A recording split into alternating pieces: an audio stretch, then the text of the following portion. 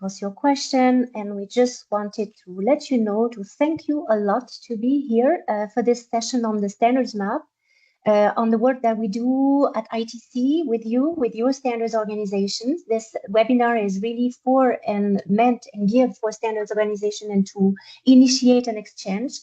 I'm going to give the floor to Joe Wozniak, who is the head of the Trade for Sustainable Development program at ITC, who is going to give you a little bit round of introduction, background on ITC, and then the presentation is going to start from that. So thanks a lot again, welcome, and thanks, Joe, for starting on this meeting. Thanks very much, Shamina, and good afternoon and good morning to everyone who are online with us today. And also thanks to my colleagues Akshata and Petra, who are also on the line and supporting today's webinar. So indeed, happy to have you with us. I know it's the end of the year after probably what has been a very busy year for everyone. So thanks for taking the time this late in the year to be with us just before the holiday break. So I'm just want to give you a few words, and maybe Shamina, if I could have the next slide on ITC, just a few words about the International Trade Center, who we are and what we do, basically. So many of you may already know this, but we are a joint UN WTO organization. We're based in Geneva, and this year, 2024, we're actually celebrating our 60th anniversary, which has been quite a milestone. One of the key aspects of ITC, which I think differentiates us from other organizations or other UN organizations, is that we really work specifically with the private sector. So our ambition is to really work with small businesses in developing countries globally to help them trade, to improve their market access, and to trade in a sustainable way, both environmentally and socially. And T4SD is one of the first, I would say, sustainability-related programs in ITC, started all the way back in 2009. And in this case, we were really focusing, and we still focus, and I think it's the foundational work of our program, is engaging on voluntary sustainability standards, private standards, codes of conduct, and a variety of sustainability initiatives in the global trading space. And we started back in 2009 developing the Standards Map database, and then in 2011 we launched the Standards Map website, in those days with 30 standards, and today we're over, I think, 350 in the database. And this is a core part of our work at ITC, because also another area that differentiates us between, I would say, other UN agencies is what we call the provision of global public goods. These are freely available online trade tools that provide information, transparency, and a lot of different, let's say, intel on issues related to global trade and trading. This can go from quantitative data in terms of trade flows, in terms of products. It can look at issues such as market access in terms of quotas, tariffs, ad valorem equivalents, and other types of trade related issues like rules of origin. And then it can actually work also when it comes to standards. And so the Standards Map database has provided users, over 600,000 of them globally now, with real-time information, transparent, neutral data on standards and a variety of sustainability initiatives. And so I want to thank all of you on the line for your work with us in collaboration. It's something that we very much value. And I think the team over the past decade has grown quite substantially, but also I think we have, with you, learned a lot and improved the database, improved the Standards Map website to really be the most cutting edge tool of its kind that provides this type of data globally and for a variety of circumstances. Which brings me to kind of the point of today's webinar, actually, because as you know, I mean, the last several years has really been, I would say, quite transformational in the sense that we now, what was 15, 16 years ago when we launched Standards Map, these voluntary standards and different related initiatives were quite, I don't want to say niche, but I would say they were not at the mainstream or top of people's mind. And now looking back and where we are today, we see that sustainability finally, from a, let's say, policy and a consumer and a let's say, governmental perspective, it has become a top issue. And so I think the leadership that you have shown years ago when you were developing your standards, and also for us when we were developing the standards map, I think we were ahead of our time. And I think that is something really to mention. And also, it also brings us to the point today is that given this changing, let's say, regulatory space where we have new regulations, new public policies when it comes to due diligence first and foremost, but not exclusively due diligence. We also have issues such as deforestation, other regulations that have standards related connections and touch points. We want to make sure that the database, the standards map database, is fit for purpose when it comes to these new regulatory waves that are affecting all of us and affecting also our core beneficiaries, small businesses in developing countries. And so what we have been working on over the past year, which started back in 2023, was an overall kind of 360 evaluation of the database. And this was supported by funding from the German government and the Swiss government, two of our core funders at T4SD and ITC. And this was really aimed at making sure that the database is fit for purpose, but also with a specific lens or viewpoint toward corporate sustainability due diligence. And so we've been spending this year, 2024, at implementing the database recommendations and working really toward getting the system or the database underlying standards map ready for the CS3D wave, because it is coming, and there's a few slides down the road that I can touch on that.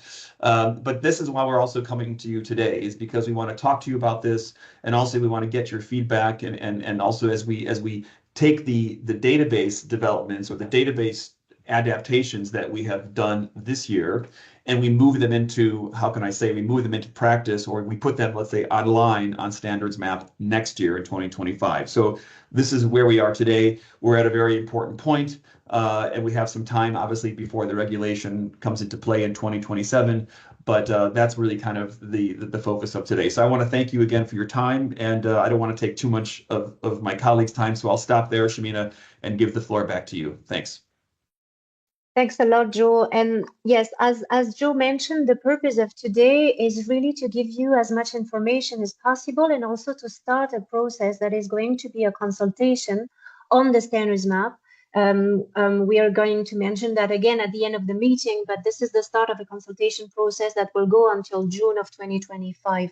So today is really, the idea is to present you the status on where we are, and elements of reflections on how we could represent your standards even better than now, or differently than now, in the standards map, and in light of those emergence of those due diligence regulations.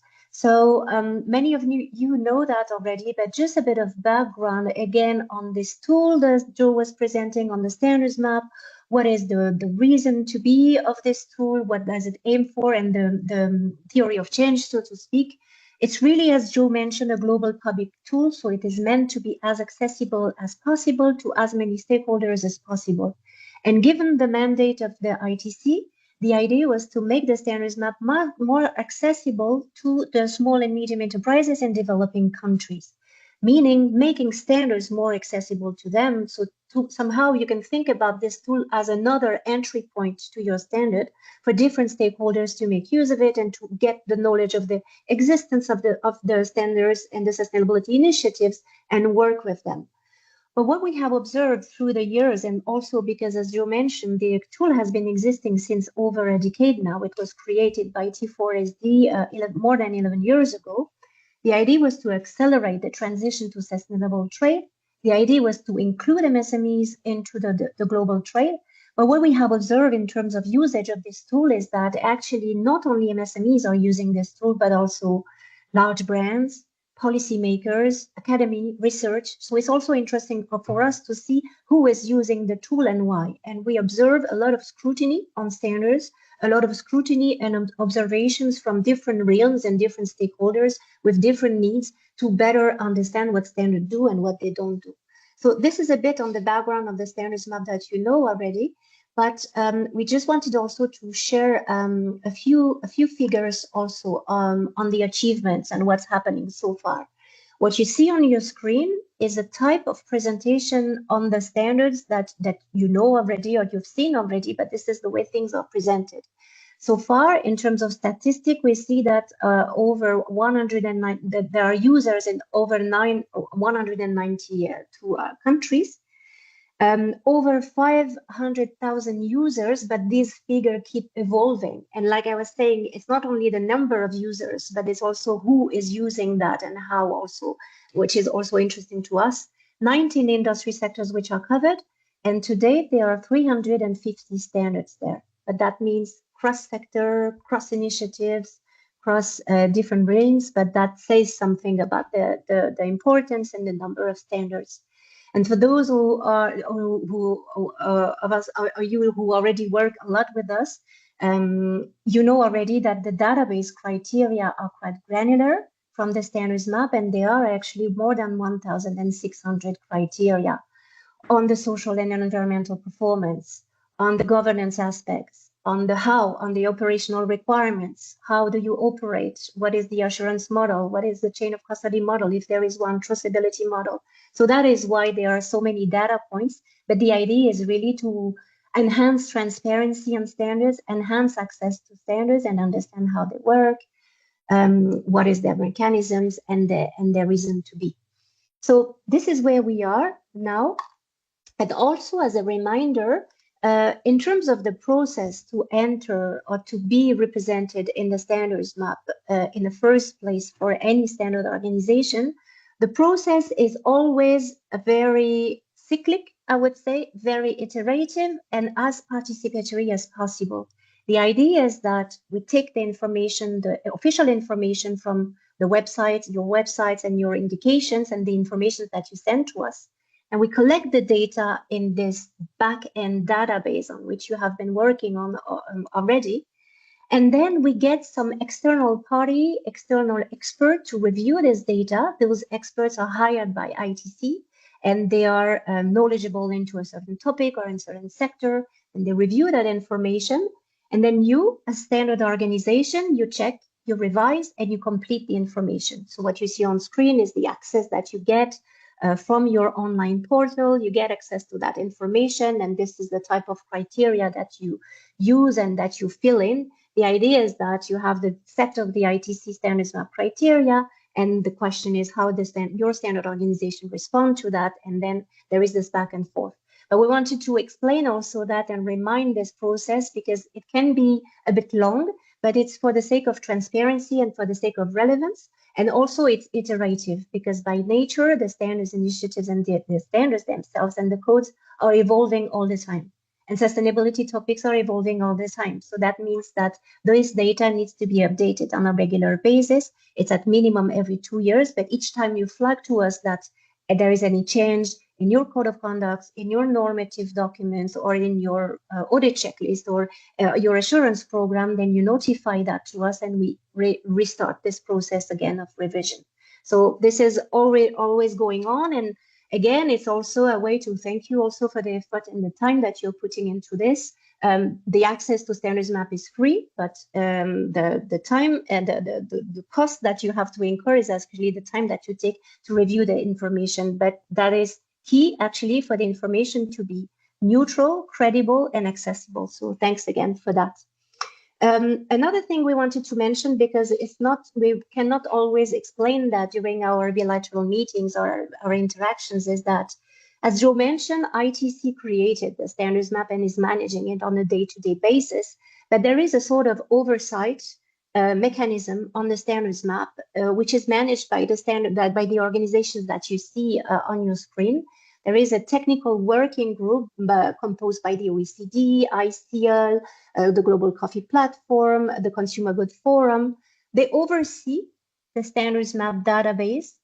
They oversee the criteria of the Standards Map, which are evolving all the time.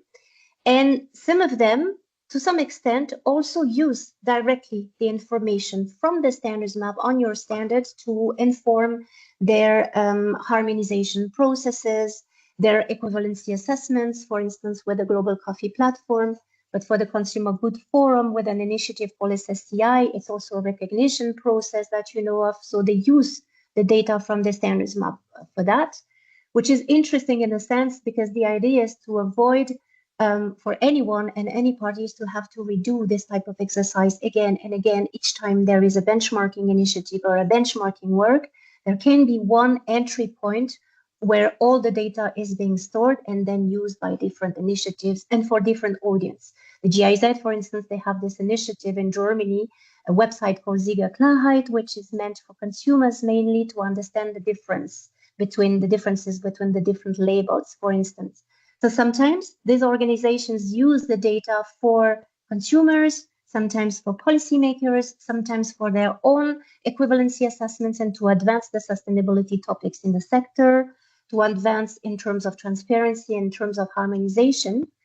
And this work that is happening also at ITC level is helpful also to shed light on potential interplay between public policies, regulations, and voluntary standards. And this is also an important point for this topic and for this webinar, because this is also an area in which we would like to continue presenting things and presenting the work of standards, but of course in a relevant way and in a way that makes sense for everyone. So this is where your input throughout the year is going to be super helpful when it comes to the interplay between your standards and the coming due diligence regulations.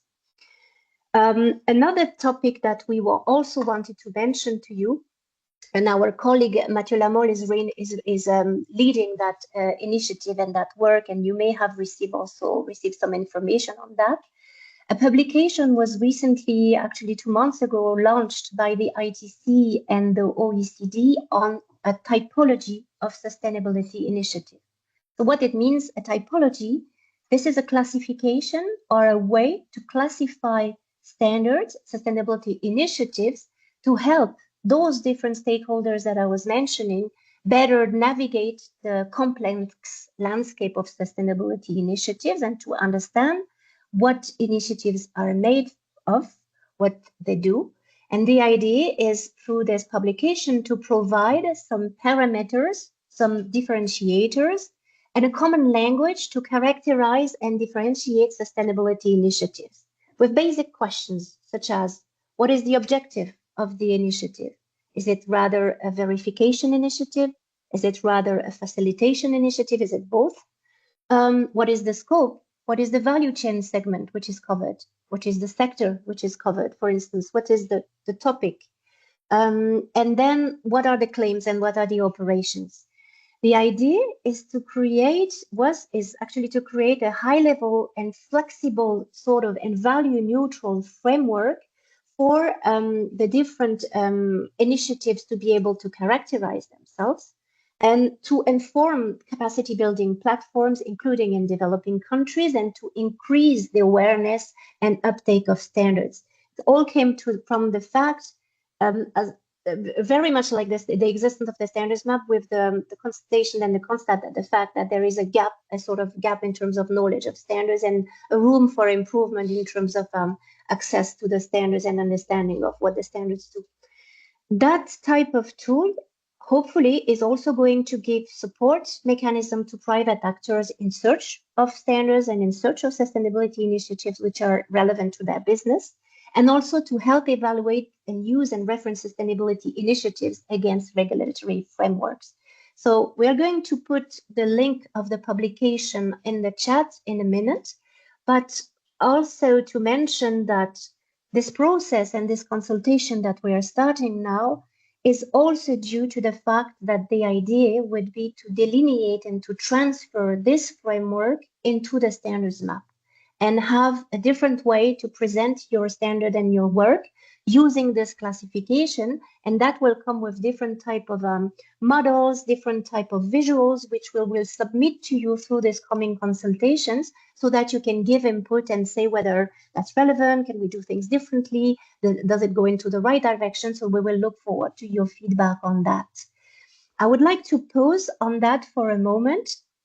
And before going to potential questions and answers, we would like to send a quick survey to you during this webinar for you to answer very quickly a very basic question that is really adapted to the typology framework and coming from the typology framework.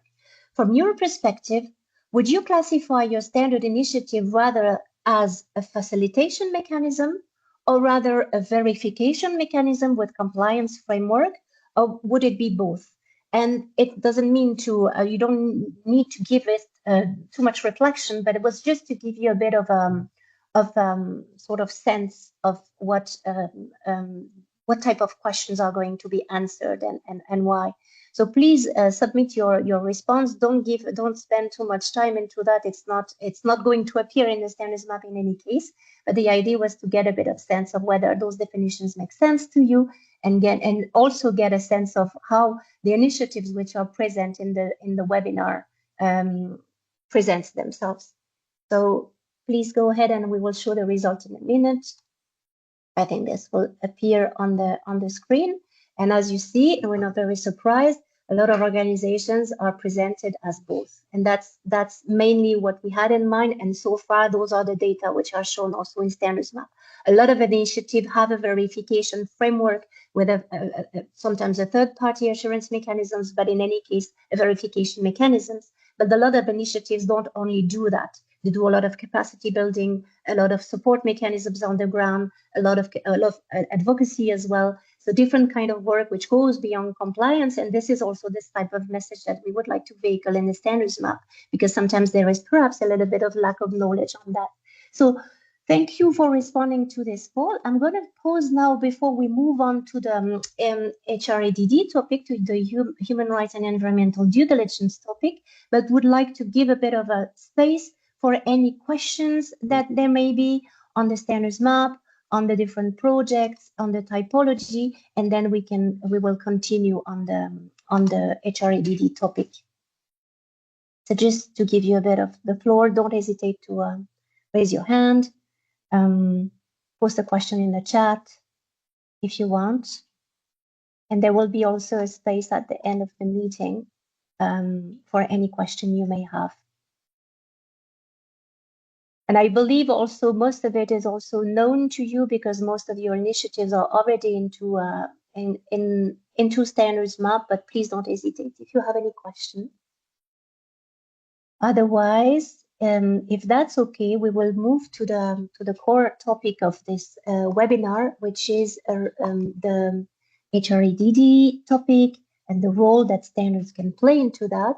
And I'm going to ask Joe, if that is okay, to walk us through this topic, walk us through those slides to present a little bit the background on this project and to give you more information on that. Thanks a lot, Joe. Thanks, Shamina. So many of you may already be familiar with this whole concept in terms of human and environmental rights due diligence, basically, right? It is a 6-step process. And so when we talk about the applicability of standards or other types of sustainability initiatives, it's probably rare that a certain standard or initiative will cover every single step in the due diligence process. And that's one of the kind of areas that we're now working with in terms of the whole database, let's say upgrading for the due diligence approach, is to really add in these different 6 steps to make sure that we can understand how standards resonate against this. But generally speaking, there are these 6 steps: embedding responsible business conduct into policies and management systems of the company. So this is, obviously the lead firm, but then having that obviously trickle upstream to its direct and indirect suppliers. I think I just lost that slide there for some reason on there we go. Okay. Second, to identify and assess adverse impacts. So this is really a proactive way of looking at it from not just a risk-based approach in terms of really, dealing with let's say bad situations that are happening on the ground, but actually to identify and assess them. So in a proactive way. Then to cease and prevent and mitigate these adverse impacts, to track how this is happening in terms of remediation, et cetera, to communicate this. So there's an aspect here or an element of transparency in terms of reporting on what the issues were and how they were remediated. And then finally, provide this remediation in a way that is open and in a cooperative setting. So again, it remains to be seen how different initiatives that we're looking at resonate across these different 6 steps. But one of the, let's say, lead areas here, or one of the, let's say, lodestars of this would be the OECD due diligence guidelines, okay, that have been these responsible business conduct guidelines that have been put together across different sectors, such as agriculture, textiles and apparel, mining and minerals, and then kind of across sectoral. And that is kind of the overall approach that in many cases standards are looking to emulate. And also there's a whole OECD alignment assessment process that standards can avail themselves to see how much or how close they are, if you will, when we're looking to against, for example, OECD RBC guidelines. If I could have the next slide.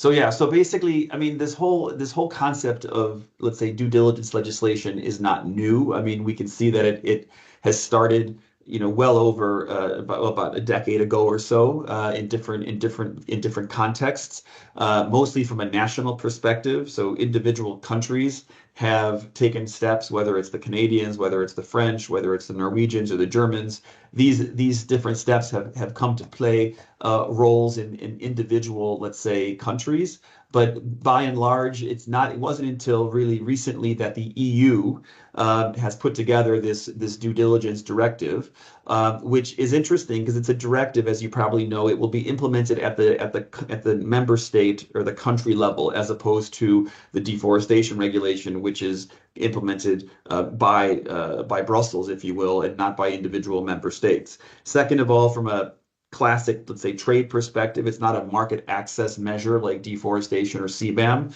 where the product will not be allowed in the European market. But essentially it is a regulation that affects European companies, right? And so that is through a civil process in the individual member state. However, it does, while SMEs in supplying countries are not directly covered legally, so they don't, so an exporter in Peru would not have legal liability to the European Union or the European Commission. They will be impacted one way or the other. So, for example, what is this law? It sets one, it's mandatory obligations for EU companies and non-EU companies directly selling to the EU entity, to prevent, mitigate, and account for their human rights and environmental adverse impacts. So it's mostly human rights or social criteria related, probably 2/3, but 1/3 related also to environment.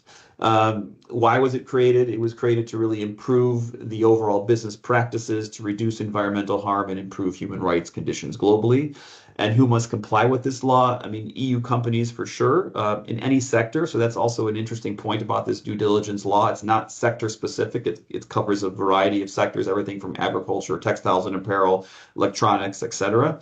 And it's applying really to European companies with more than 1,000 employees and a global net turnover of 450 million euros, right? And so non-EU companies are also on the hook for this if they generate more than 450 million euros within the EU in the financial year preceding the last one. So big, large multinationals that are not EU domiciled will still be on the hook.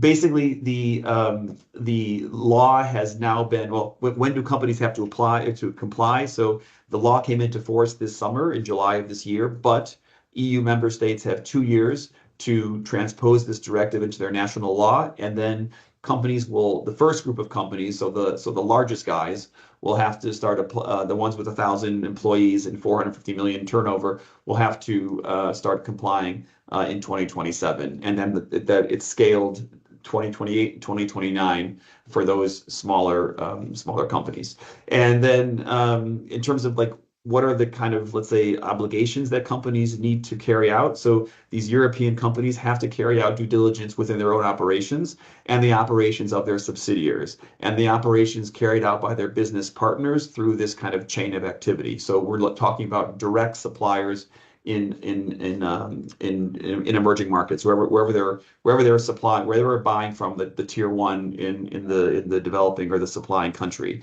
However, indirectly, these indirect suppliers, so the tier twos and tier threes, will also be on the hook, in the sense that their tier one suppliers will also have to basically cascade this down the supply chain to make sure that there are no, let's say, adverse human rights or environmental issues that are taking place upstream. So I think that these are some of the points. Maybe if I have the next slide, it may be a little bit repetitive what I just said. No, but just the last point is that ITC, I mean, beyond the Standards Map database and website that we're as we're talking about improving that to make it fit for purpose from a due diligence perspective, we're also at the same time implementing projects to help improve awareness of this directive, right? So we have a new project which just started about a year ago, funded by the European Commission, by DG INPA, and it has really two different phases or two different outputs. One is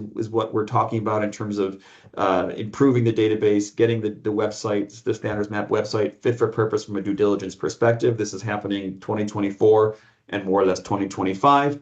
And then output two, which is really kicking off at the end of next year into 2026, is basically helping from an SME perspective or a small business perspective, helping to increase awareness of what due diligence implies for them.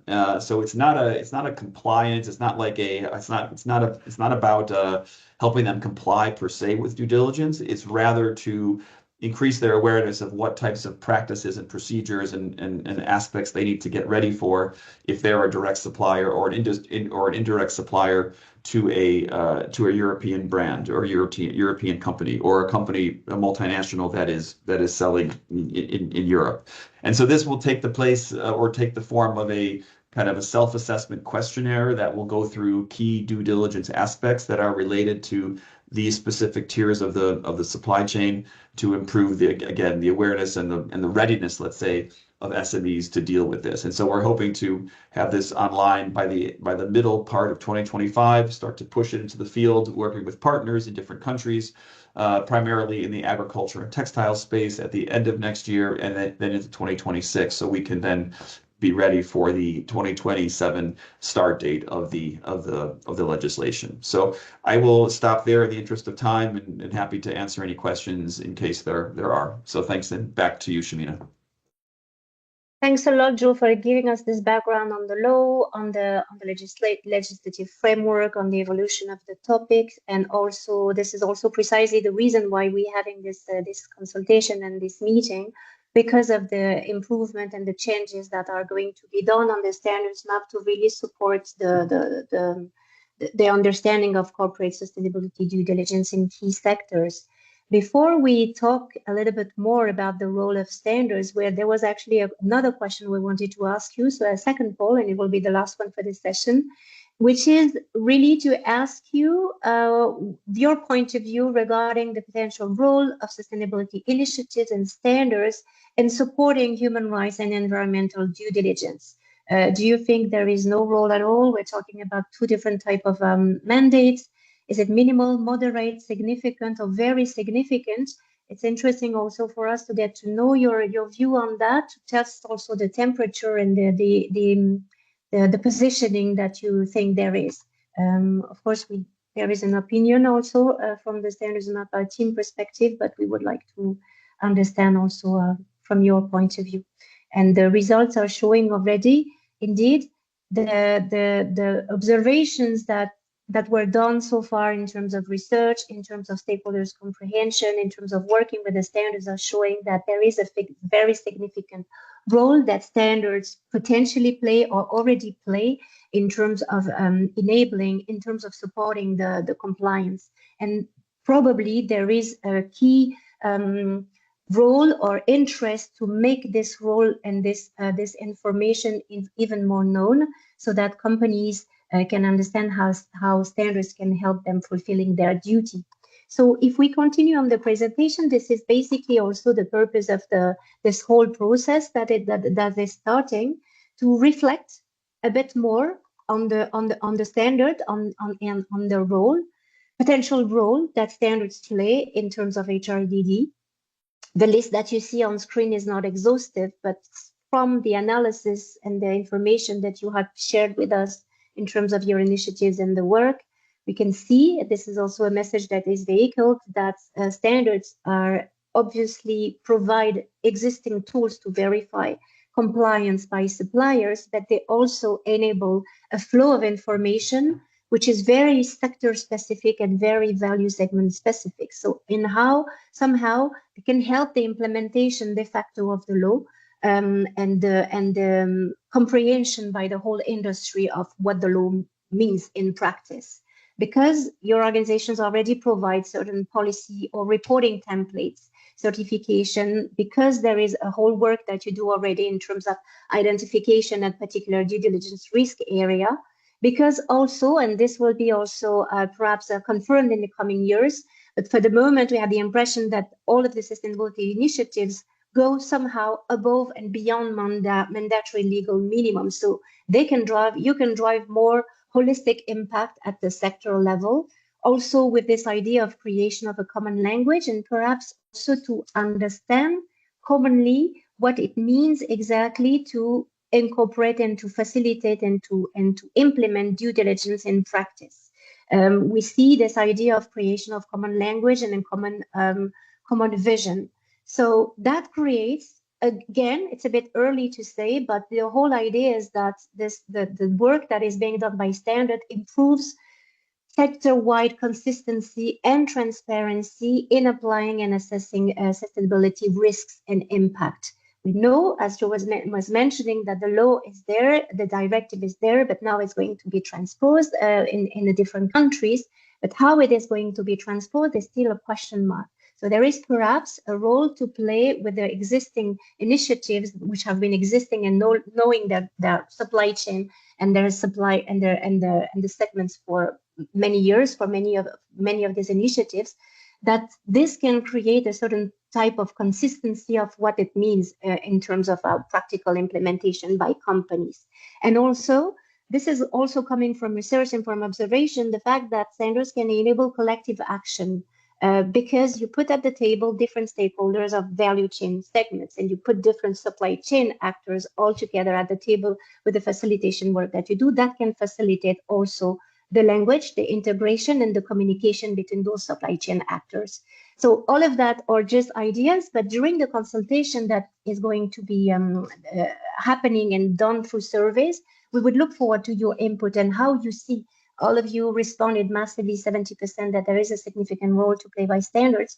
But what is the role exactly and how that can be transposed into Standards Map is going to be super interesting for us to know, so that it can be translated into visuals and into new presentations on your standard.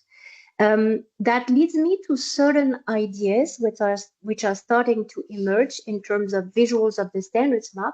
But before that, Joe was mentioning during the presentation that the project with the European Commission, with DG INPA, has started 1 year ago. It has started this year, actually.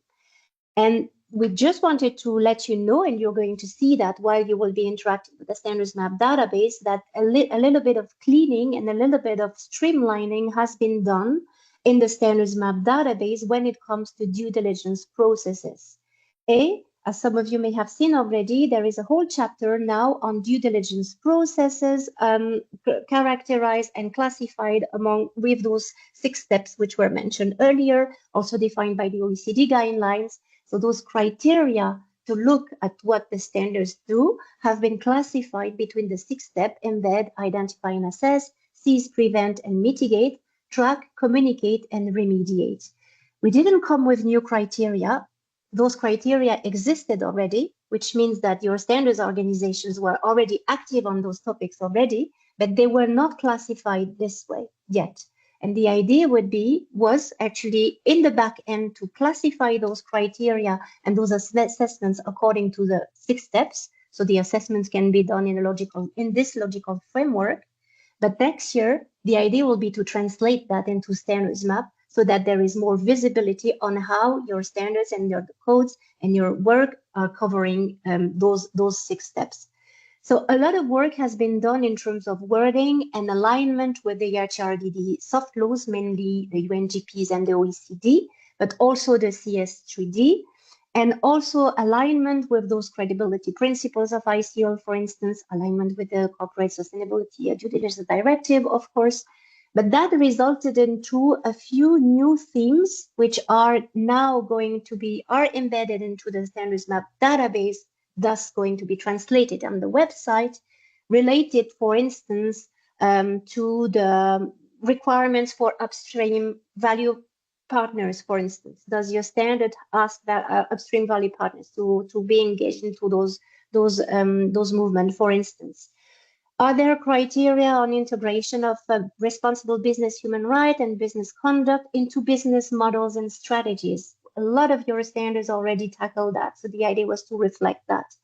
The topic of disengagement and responsible disengagement with suppliers as last resort, for instance, is a theme that we saw emerging into your standards already, and something that is going to be reflected now a bit more in the standards map. Or the communication with impacted or potentially impacted stakeholders.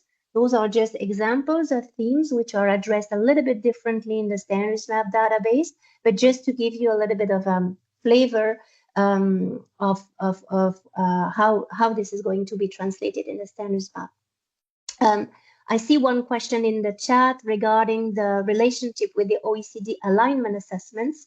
So very quickly on that, the question is whether with the updated Standards Map, what would be the relation with the OECD alignment assessments?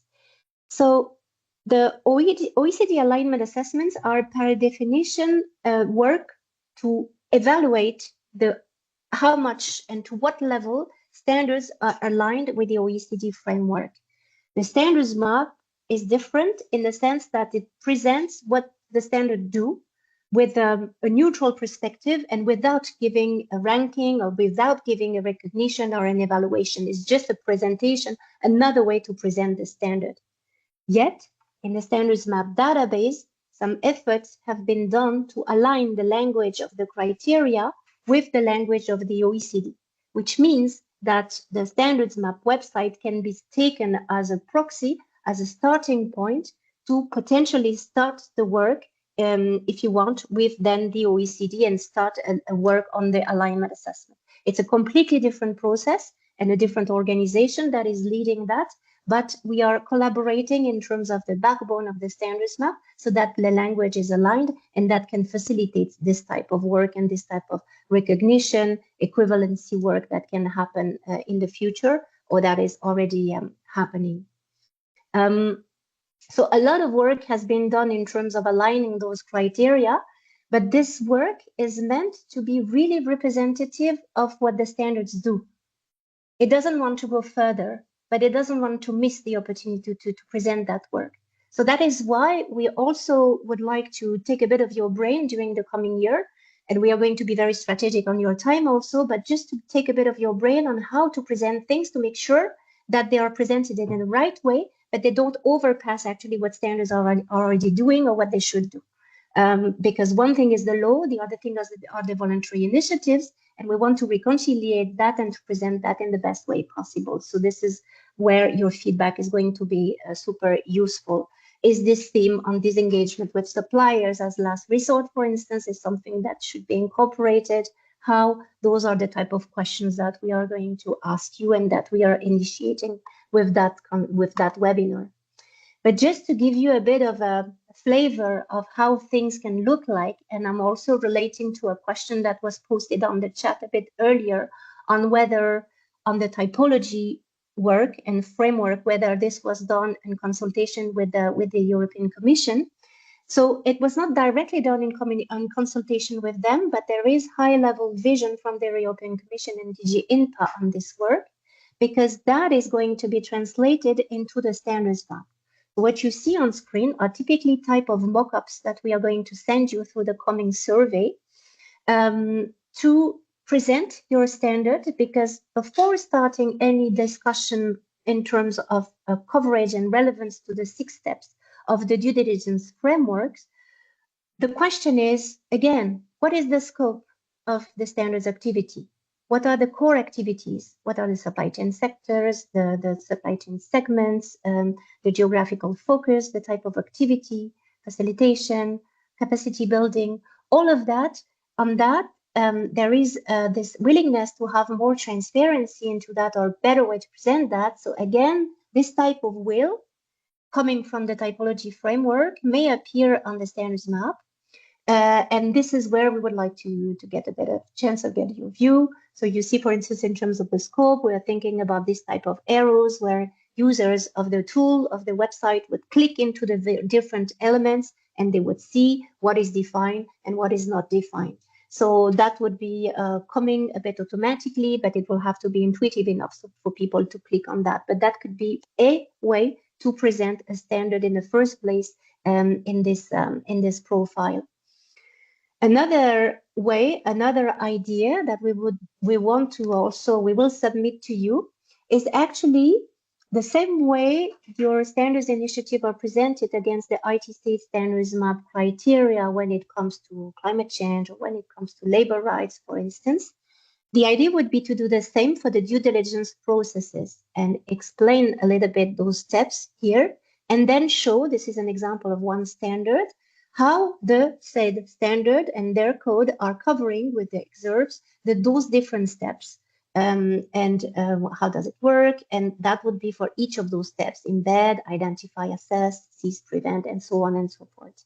The idea is that not all standards, not all codes cover all of the steps, but when they do, it would be great to be able to present that and show that. And a last idea that we wanted to show to you, and then I will move on to the questions because there are several ones in the chat, would be to potentially also have a way with a sort of drop-down menu to present the CS3D, the OECD Responsible Business Framework, or the UNGP here with the exact text. And then you would have the ITC Standards Map criteria, and then you would have the said standard with the different here, the different code and the different text that you use. Again, we want to test those functionalities and those ideas, but we would like to, those will be the type of ideas that you will receive for a survey. We can cover that at the end of the meeting and how this is going to happen. But the idea was to give you a bit of a sense of a flavor of how it would look like and glean a bit of feedback already as a starting point. So in a nutshell, the standards map is not going to massively change at all. It will still have the same visual identity, the same type of logic of presenting what is there with some excerpts, with some analysis. But the idea would be to put a little bit more emphasis into the due diligence topic and the due diligence processes in particular, a bit more than it was done so far, with this idea to shed light and transparency on the work that standards do and propose in terms of supporting compliance by companies.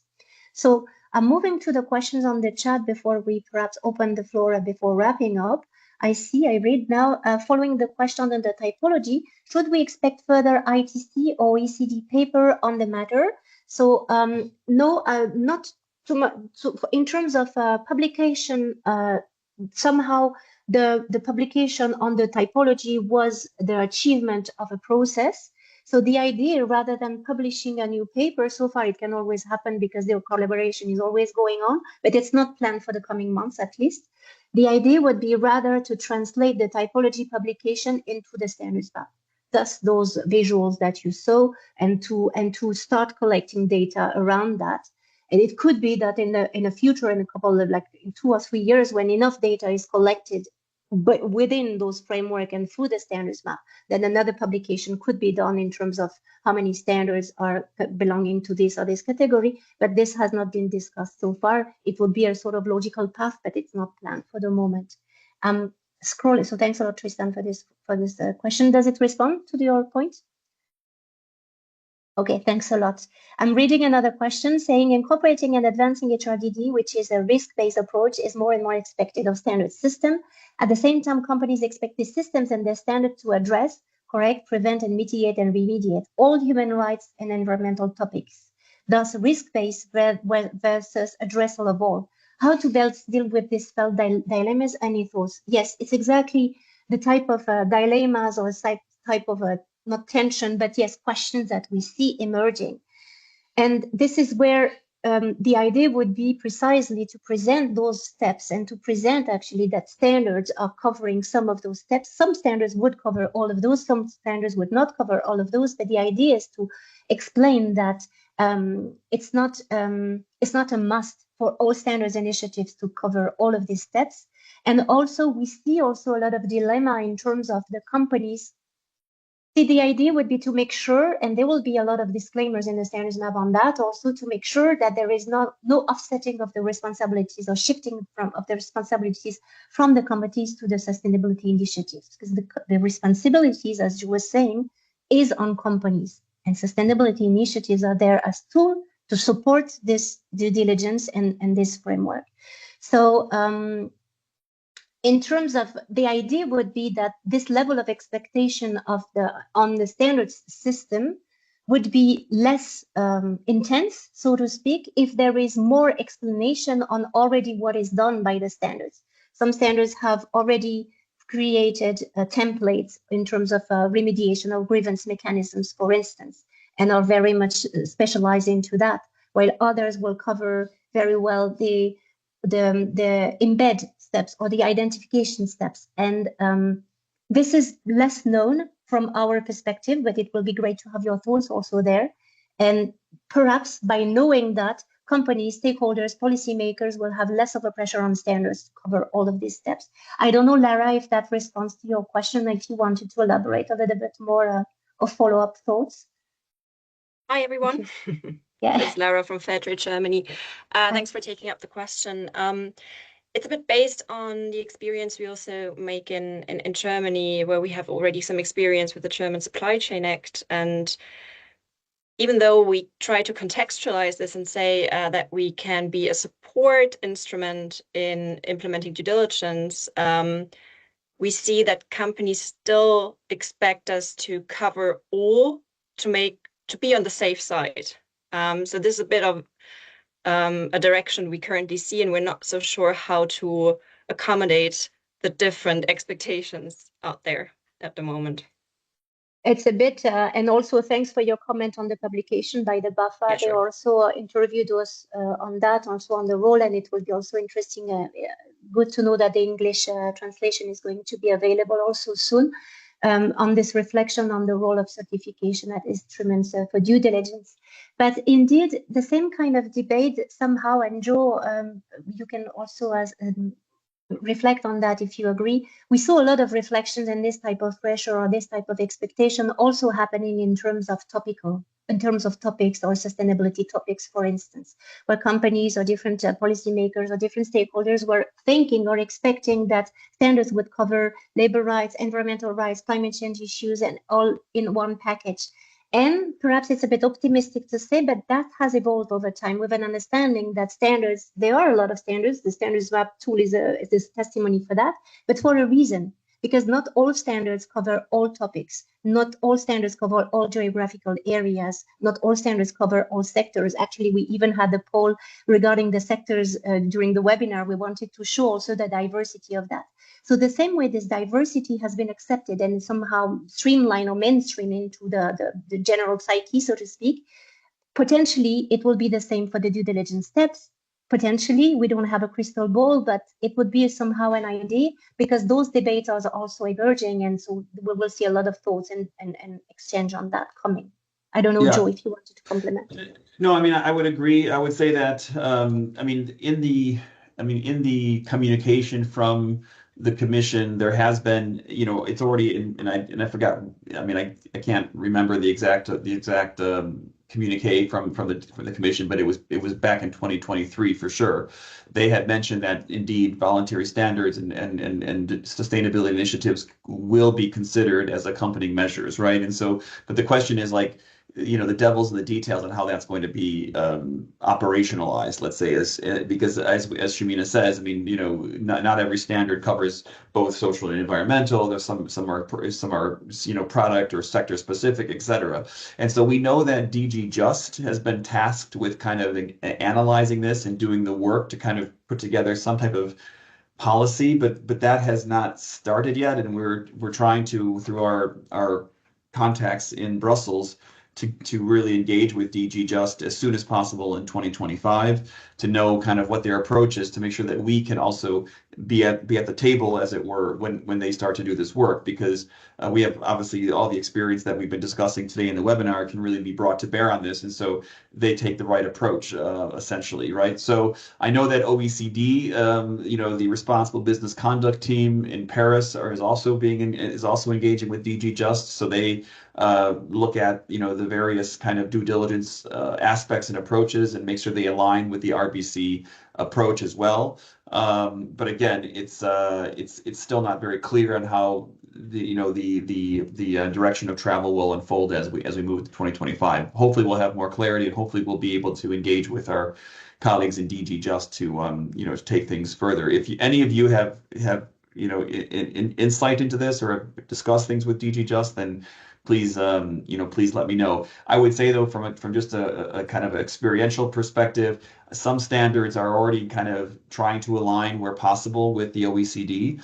One example is the German green button, the Grüner Knopf, which basically began and completed recently. I think this month they completed their alignment assessment with the OECD Responsible Business Conduct Guidelines in textile and apparel and footwear. And so obviously the Grüner Knopf or the green button, I should say, from a let's say a due diligence perspective, that has been aligned, it has been assessed, and then several other third-party standards that are also operational in textiles and apparel. They were kind of the upstream component of that. So really the supplier side, they also were assessed by the OECD to get them fit for purpose from this due diligence perspective. So whether there's any kind of press release on this from the OECD or from the green button, I don't know, but it's also would be interesting to engage with them and on how they did that and what the outcome was and what different aspects of these third-party standards. And Shamina, you may know which ones specifically, which aspects of due diligence have been covered from an environmental and social perspective, as well as a supply chain tier perspective. But I'll stop there. Thanks. No, thanks a lot, Joe. And I see that Esther has shown us, shared also in the link, a response at Fairware's OECD Alignment Assessment Report, which was launched today, and the response, which probably nurture those type of reflections also of what role and what steps the different initiative can cover. And I'm going to be quick for the sake of time because we're reaching a bit the end, but I just saw also a question from Christophe, or a mention from Christophe, which is also along the line of what you said, Lara. Somehow about the differentiators. Again, Christophe was saying that companies will cover everything but do not want to pay the cost it would take to adequate verify everything. So adding management system to programs that do not have the time or training requisite to verify will just lead to further obfuscation of what is actually happening and further dilution of the value of the data. And again, this is typically the type of thought that we wanted also to get your brain on and your thoughts on, because the response is always the same. If there is transparency, and think about this typology of framework and this if there is transparency on what standards have proposed and whether together with management system, they are also training, capacity building, and all sort of a systemic approach to accompany those management systems, then to help companies implement that can shed a bit more transparency and a starting point for a conversation on working with standards, but in a relevant way. It's a very quick statement at this stage, but very happy to continue on those conversations, because there are a lot of debate and dilemmas, and this will also be those reflections that we wanted to engage with you on. So thanks a lot again, Christophe, for this comment. And as a last slide, because we are reaching the end of this webinar, we just wanted to share with you that, again, the idea of this webinar was to talk a lot. We're sorry, but the idea was that we'll then to give you the floor and have bilateral exchanges if you want. We'll send you a survey for sure with those questions again, in which it would be great if you have a bit of time to look at the visuals, give your feedback on those topics, your experience on those topics, and what you face in terms of talking with the companies, with the different institutions, the risks as well. So very happy to continue those conversations. There will be another webinar organizing in spring. We're talking in seasons now, and the idea would be to relaunch the standards map in the summer of next year with those new functionalities. So again, we're reaching the end. So thanks a lot again for all your participation at this quite late stage of the year. But we look forward to continuing and to starting those conversations on those important topics. Thanks a lot again, and speak to you very soon. Merry Christmas in advance, and Happy New Year also in advance, and looking forward to exchanging. Thank you very much, everyone. Have a great holiday season. All the best. Thank you. Happy holidays. Bye-bye. Thank you. Bye. Thank you. Bye.